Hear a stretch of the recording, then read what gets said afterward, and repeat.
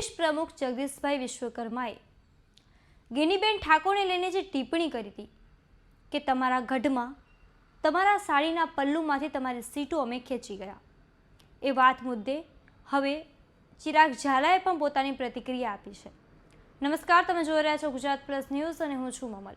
તો આવો સાંભળીએ આ ટિપ્પણીને લઈને ચિરાગ ઝાલા શું કહી રહ્યા છે.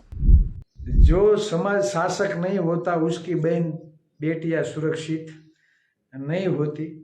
તમે તાજેતરનું તમે જે હાલનું તમે જે ઉદાહરણ તમે જોઈ લ્યો, ભાજપના ગુજરાત અધ્યક્ષ જગદીશ વિશ્વકર્માએ જે નિવેદન આપ્યું કે ગેનીબેનના પાલોમાંથી અમે સીટો ખેંચી લીધી છે.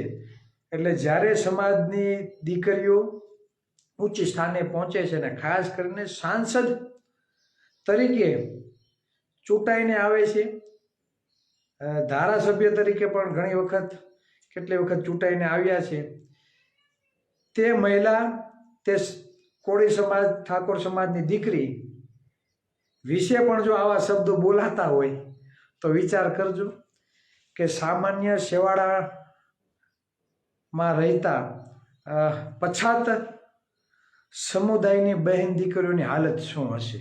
આ તમે ખાલી વિચારી લેજો. કેમ કે આજે ગેનીબેન તો સાંસદ છે, રાજકીય રીતે પ્રભુત્વ ધરાવે છે, મહિલા આઇકોન છે, પણ જ્યારે હજી આપણા સમાજમાં એવા પણ પરિવારો છે કે પોતાની જુવાન દીકરીઓ સાથે 1.5-2 મહિના દૂર ખેતીનું કામ કરવા માટે, કપાસ ઉતારવા માટે, ઘઉંના કામમાં કે બીજા અન્ય કામમાં એક જગ્યાએથી બીજા સ્થળે સ્થળાંતર કરે છે. કોઈ કંપનીઓમાં બરાબર સવારે ઉઠી સકડા રિક્ષામાં બેસી ભણવાની ઉંમરે કામ કરવા જાય છે. સુરત જેવા સિટીમાં આજે તમે જો ટેક્સટાઇલ માર્કેટમાં સૌથી વધારે પછાત સમુદાયની દીકરીઓનું જ ભાગવાનું કારણ વધારે બને છે, પોસ્કોની મેટર વધારે બને છે. આ છે પણ તમારી સામે આવતું નથી. દરરોજ અઠવાડિયાના 3 ફોન હોય છે દીકરી ગુમ થવાના, દરરોજના 3 ફોન. વર્ષની 6-7 તો પોસ્કોની મેટર હોય છે. એમાં ધ્યાનમાં આવે, ધ્યાન બહાર જે હશે એ તો કંઈક અલગ જ છે. એટલે આ વાસ્તવિકતા છે, બરાબર. જો ગેનીબેન જેવી મહિલા આઇકોન ઉપર આવી ટિપ્પણીઓ થતી હોય તો સમાજની બીજી દીકરીઓની શું હાલત હશે. અને શરમની વાત એ છે ભાજપ માટે, આ ગુજરાત માટે, કેમ કે જે રાજકીય પક્ષ પોતે બણગાવા મારે છે હિન્દુ રાષ્ટ્રની, અને હિન્દુ રાષ્ટ્રની દીકરીઓ ઉપર તમે બેફામ બફાટ કરો છો, બરાબર. આ તમારી માનસિકતા દર્શાવે છે. બસ ઘણા મિત્રો લાઈવમાં આવી ગયા છે તો બધા મિત્રોને વિનંતી કે થોડુંક શેર કરી દેજો, એટલે આપણે કાલના જે સારા સમાચાર છે તે બાબતે આપણે ચર્ચા કરીએ. કાલના જે ન્યૂઝ છે તે તામિલનાડુ, દક્ષિણ ભારત, જે અભિનેતા છે વિજય થલપતિ, બરાબર.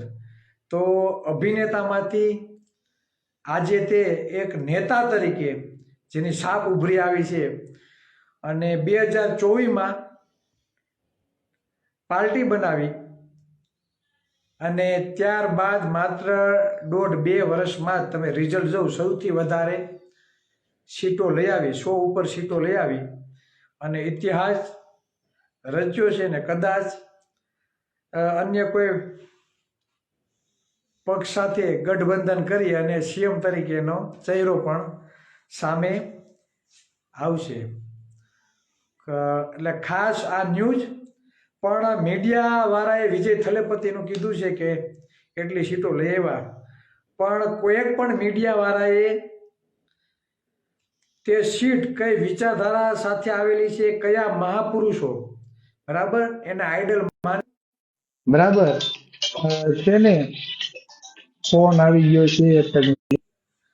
એટલે એ સમાજને હું બતાવવા અને કહેવા જઈ રહ્યો છું. તે જે મહત્વની બાબત છે તેના ઉપર હું તમને ધ્યાન તમારું કેન્દ્રિત કરવા માગું છું. વિજય થલપતિની જ્યારે પહેલી સભા હતી ત્યારે તમે જોજો પાછળનું બેકગ્રાઉન્ડ અને તેમની પાછળ જે 5 નેટવર્ક પ્રોબ્લેમને લીધે, બરાબર, કંઈ વાંધો નહીં, પાછું નેટવર્ક આવી ગયું ને ઘણા મિત્રો ફોન કરી રાખે છે. ખાસ કહેવાનું એ છે કે TVK નામની પાર્ટી બરાબર 1.5-2 વર્ષમાં એવડું મોટું રિઝલ્ટ લઈ આવે છે, તો કઈ વિચારધારા સાથે બિલોંગ કરતી હશે અને કયા મુદ્દાઓ સાથે તે ચૂંટણી જીતી હશે. ખાસ તમે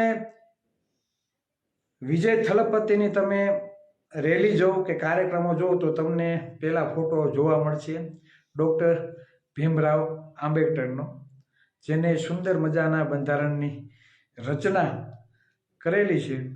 એટલે જેટલી પણ રેલી તમે જોવો તો તેના હાથમાં ડૉક્ટર બાબા સાહેબ આંબેડકરનો ફોટો છે. ત્યાર પછી તમે તેમની પાછળ જે મોટી દાઢીવાળો જે ચહેરો તમે જોવો છો તે રામાસામી પેરિયાર. રામાસામી પેરિયાર, જો તમે તેનો ઇતિહાસ તમે જાણો બરાબર તો તમને ખ્યાલ આવે કે ખરેખર ક્રાંતિ એ કોને કહેવાય.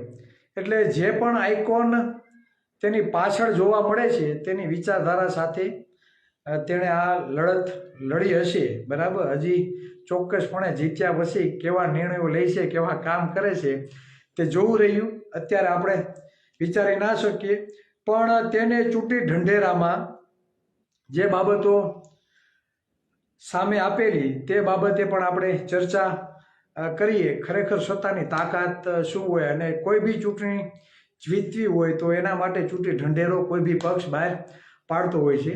તો આમના ચૂંટણી ઢંઢેરામાં એક બાબત એ હતી કે કોઈ બી મહિલા હશે બરાબર તેને 2500 રૂપિયા દર મહિને વેતન આપવામાં આવશે બરાબર. જે મહિલા ઘરમાં છે, બેરોજગાર છે બરાબર, આ મહિલાને દર મહિને 2500 રૂપિયા વેતન આપવામાં આવશે. વર્ષના 6 ગેસ સિલિન્ડર ફ્રી, વર્ષના 6 ગેસ સિલિન્ડર ફ્રી. મહિલાઓ માટે મુસાફરી ફ્રી, બસમાં મહિલાઓને જ્યાં પણ જવું હોય તે રાજ્યમાં મુસાફરી ફ્રી. ચિરાગ ઝાલાની વાતે તમે કેટલા સહેમત છો, શું વિચારો છો, કોમેન્ટ કરીને એમને જરૂરથી જણાવજો. અત્યાર માટે બસ આટલું જ. ધન્યવાદ.